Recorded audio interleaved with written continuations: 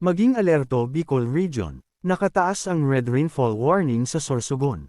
Asahan ang matinding ulan na maaaring magdulot ng pagbaha, pagguho ng lupa, at pagkawalan ng kuryente.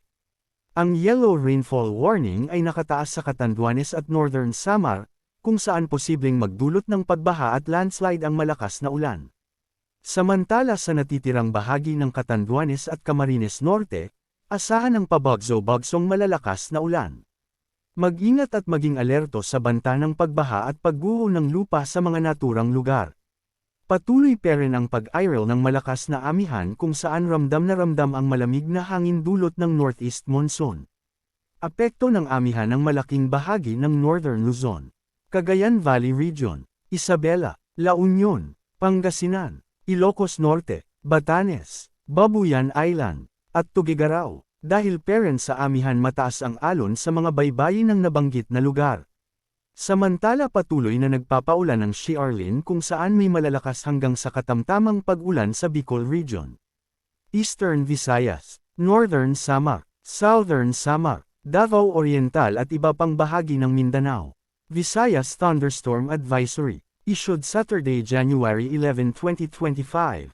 Moderate to heavy rain showers with lightning and strong winds due to thunderstorms are expected over Palawan, Rizal, Aborlan, and nearby areas within 30 minutes to an hour. The above conditions are being experienced in Palawan, portion of Quezon, portion of Puerto Princesa City, portion of Nara, which may persist within 1 to 2 hours and may affect nearby areas. Visayas Thunderstorm Advisory, issued Saturday, January 11, 2025.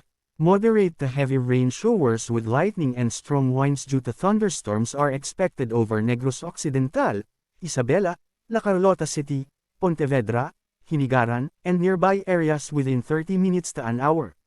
The above conditions are being experienced in Negros Occidental, La Castellana, Moises Padilla, Hinubaan, Sipalay City, Iloilo, Cabatuan, Santa Barbara, New Lucena, which may persist within 1 to 2 hours and may affect nearby areas. Mindanao Thunderstorm Advisory, issued Saturday, January 2025.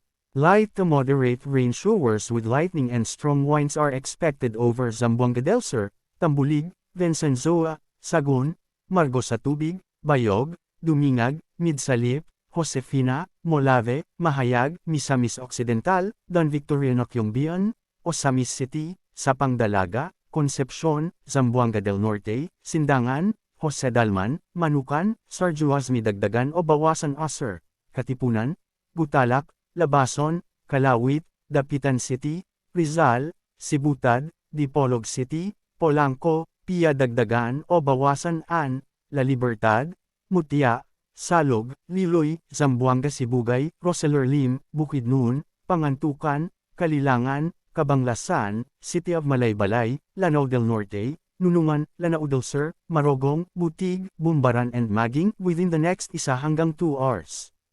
Moderate to occasionally heavy rain showers with lightning and strong winds are being experienced in Misamis Occidental, Tangub City, Bonifacio, Zamboanga del Norte, Pres, Manuela, Rojas, Siayan, Leon B, Postigo, Godod, Zamboanga Sibugay, Kabasalan, Lanao del Sur, Lumbabayabaw and Sultan Dumalondong, which may persist within 1 hanggang 2 hours and may affect nearby areas.